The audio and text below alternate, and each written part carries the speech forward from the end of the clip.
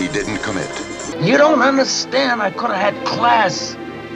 I could have been a contender. I could have been somebody. Triggered by anger and fear. Don't make me angry. You wouldn't like me when I'm angry. Me, doctor, but I am calling you a liar. Mr. McGee!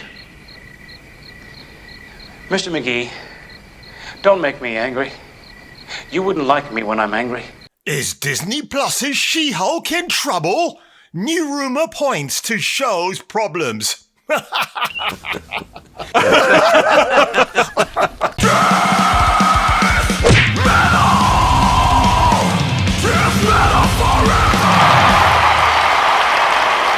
Now, remember last year when I did a reactionary video and it was limited in content because I did not want to get a copyright claim from Disney Plus themselves. It was part of their Disney Douche Day where they were unveiling this package of things to look forward to. We're not looking forward to it, Disney, but the only thing I can thank you for is the increase of traffic to my channel. So the Galactic Star Cruiser, the bad MCU shows, the really bad MCU films. Oh my God! Just go back to phase 1. Watch the origin stories. How the men fall, they get up, they fall again, but then they get to be stronger and better. Unlike today where Mary Sue's come on, I'm like, oh, I'm going to kick you in the nuts. So, the Disney Plus She-Hulk show, yep, I mean, that kind of came out of nowhere, didn't it? It's part of this whole restructure of Marvel's characters to now be woman, to be the most powerful ever. And She-Hulk, aka Jennifer Walters, is a great character. I'll get to her in a minute in a bit more detail from my perspective as a comic book collector. But Tatiana Maslany, now she is the actress who is playing the titular role. And boy, when I saw that moment of her ruining the greatest quote in entertainment as uttered by the GOAT himself, the late, great Bill Bixby. Mr. McGee, don't make me angry. You wouldn't like me when I'm angry.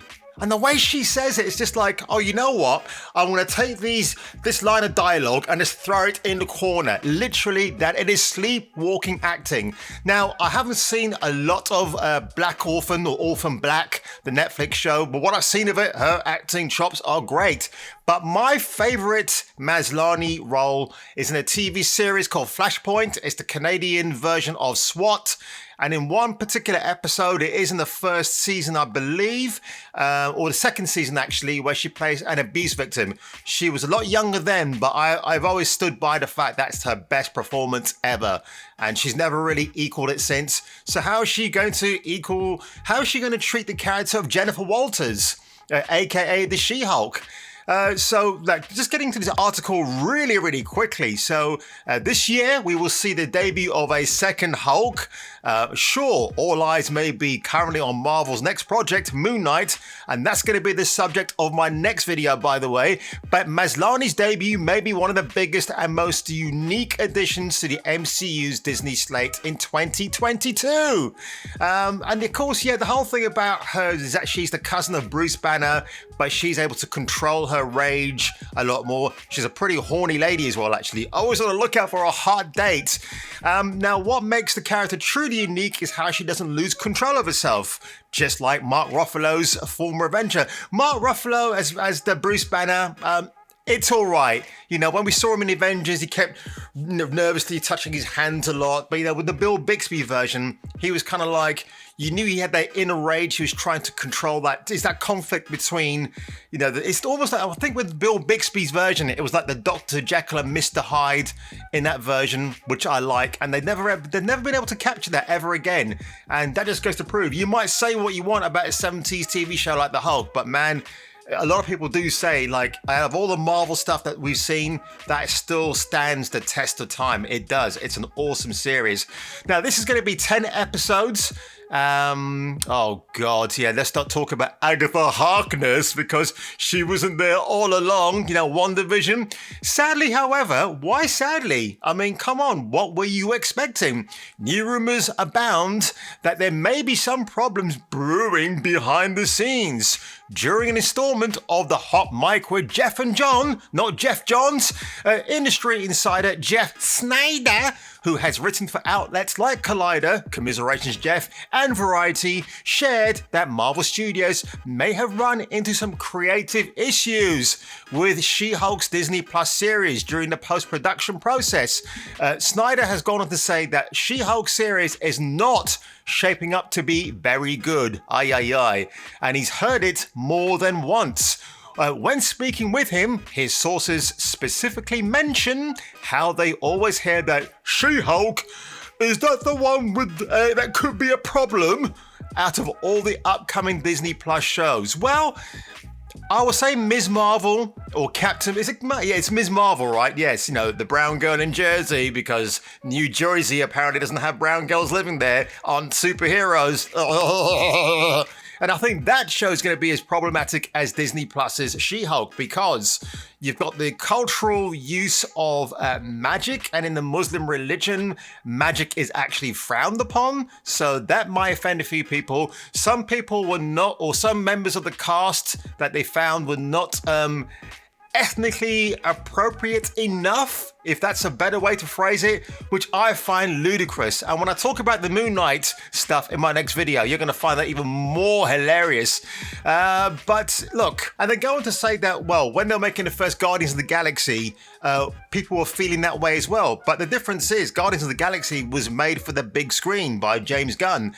This is a smaller screen counterpart, nothing to do with GOTG, and it's written by incompetent writers. If you just go and do name searches on their IMDb accounts, and one's got a bit of a weird Donald Trump permatan going on there in their profile picture, but I will say that they've got very far and few between credentials between them, and that doesn't really give me much hope, to be honest, and it's such a shame. I mean, look, Jennifer Walters as the Hulk. Look, She-Hulk is a good character, man. I mean, if you've read the John Byrne run, and the thing I liked about John Byrne's run on She-Hulk, I mean, John Byrne is one of the greatest comic book artists of all time.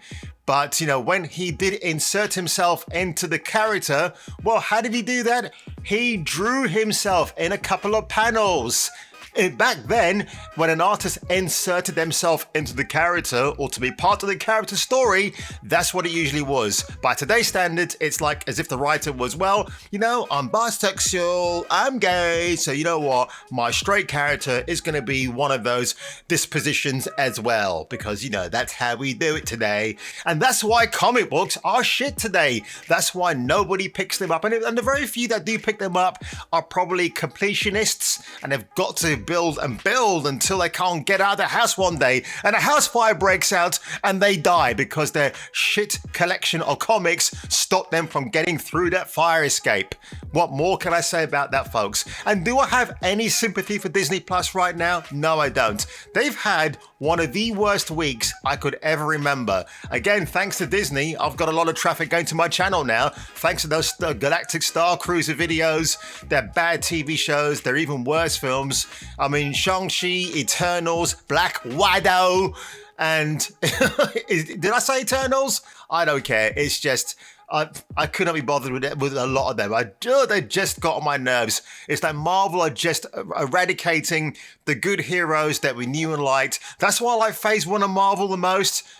Steve Rogers, Thor, Tony Stark. You had all these great characters who just grew in front of your very eyes. They stumbled, they fell, they got up again. They had to adjust their tactics when going into battle. You don't get any of that now. More now it's like big strong Mary Sue Wham comes on, kicks male counterpart in the balls, and that's it. No agency whatsoever. And when we get a trailer for She-Hulk, I'm sure it is going to be just as hilarious as that one for Ms. Marvel was. But before I leave today, I will say a big thank you and a big welcome to the new subscribers I had to my channel just last night. And I'd like to welcome on board Lady Maranek. I think that's how I've got your name. So if I've made a mistake, I will correct myself and punch myself in the face later on. But I was pleasantly surprised, wasn't expecting it. And I'm just going to say, Jay, Drunk 3PO, I love you, bro. I got you right here. Awesome. So I'm just going to leave some end credits as this video tails out, and I just want to name check a lot of people who have come along with me for this ride. It could be a really exciting journey ahead of us, or it could just crash and burn. And if it does, well, you know what? I gave him my best shot, but I don't want to be Marlon Brando in the backseat of on the waterfront. Hey, Johnny, I could have been a contender instead I could have been a bum. You know, I don't want to go there with that one, but I've got to give him my best shot, you know, my southpaw. So on that one, folks, if you enjoyed this quick video today about the trials and tribulations, yes, I like the irony that, of course, Jennifer Walters is a lawyer, and I had to throw that one in there, of She-Hulk, the TV show, the doomed TV show on Disney+, which is why I don't subscribe to them. Make sure you leave a like below. Make sure you subscribe. And if I were you, check me out on my next video. David Banner is believed to be dead, and he must let the world think that he is dead until he can find a way to control the raging spirit that dwells within him. Oh, Elsie, that Hulk gets ever so angry.